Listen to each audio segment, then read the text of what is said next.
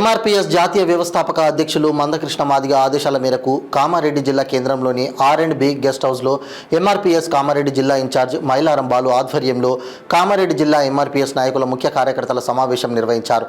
ఈ సందర్భంగా ఆయన మాట్లాడుతూ ఈ నెల 28వ తేదీన కామారెడ్డి జిల్లా కేంద్రంలో జరగబోయే మహాసభలకు ఎంఆర్పీఎస్ వ్యవస్థాపక అధ్యక్షులు మందకృష్ణ మాదిగ వస్తున్నారని తెలిపారు. మాదిగలకు సీఎం రేవంత్ రెడ్డి చేస్తున్న మోసం, మాదిగలకు ఉద్యోగాలు రాకుండా మాలలకు భయపడి మాదిగలను మోసం చేస్తున్న సీఎంపై తాడో పేడో తేల్చుకోవడానికి ఎంఆర్పీఎస్ ధర్మయుద్ధ మహాసభలను పెద్ద మొత్తంలో విజయవంతం చేయాలని నిర్దేశించడం జరిగిందన్నారు.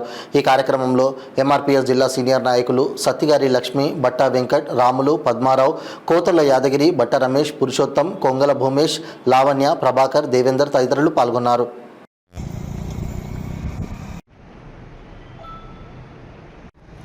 రాష్ట్రంలో మాదిగల పట్ల జరుగుతున్న తీవ్ర నిర్లక్ష్యం, ఏదైతే తెలంగాణ రాష్ట్ర ముఖ్యమంత్రి రేవంత్ రెడ్డి మాదిగ విద్యార్థులకు, మాదిగ యువకులకు ఉద్యోగాలు రాకుండా ఆయన కుట్ర పన్నుతున్నాడు.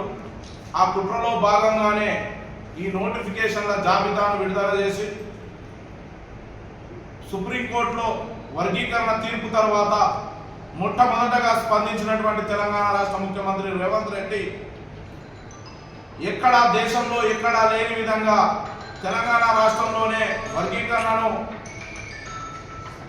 మాట్లాడినటువంటి రేవంత్ రెడ్డి ఆ మాట తప్పి మరి నోటిఫికేషన్ను విడుదల చేయడమే కాకుండా మొన్న వాళ్ళందరినీ భర్తీ చేయడం, అలాగే తొందరగా ప్రతి ఒక్క ఉద్యోగ నోటిఫికేషన్ చేసి మాదిగ విద్యార్థులకు, ఉద్యోగులకు మోసం చేస్తున్నాడు. కాబట్టి ఆ మోసాన్ని పసిగట్టినటువంటి మాన్యశ్రీ మందకృష్ణ మాదిగ గారు రాష్ట్రంలో రేవంత్ రెడ్డితో తాడో పేడో తేల్చుకుంటామనే ఉద్దేశంలో భాగంగా ఈ రాష్ట్రంలో ఉమ్మడి జిల్లాలలో మరి సదస్సులను ఏర్పాటు చేసి రేవంత్ చేస్తున్నటువంటి మోసాన్ని, ఎస్సీ వర్గీకరణ సాధించుకునే క్రమంలో మాదిగ విద్యార్థులను మరి ఒక్కటి చేసి ఈ నోటిఫికేషన్లను ఆపి మాదిగలకు వర్గీకరణ అయ్యేంత వరకు ఆపే విధంగా రేవంత్ రెడ్డి సర్కార్పై ఉద్యమానికి పిలుపునివ్వడం జరిగింది.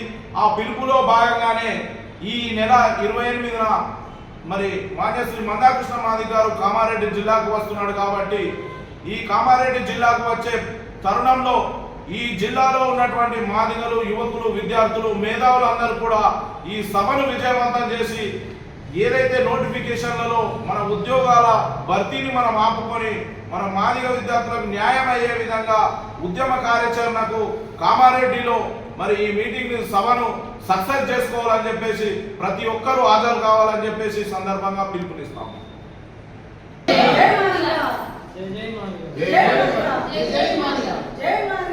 జై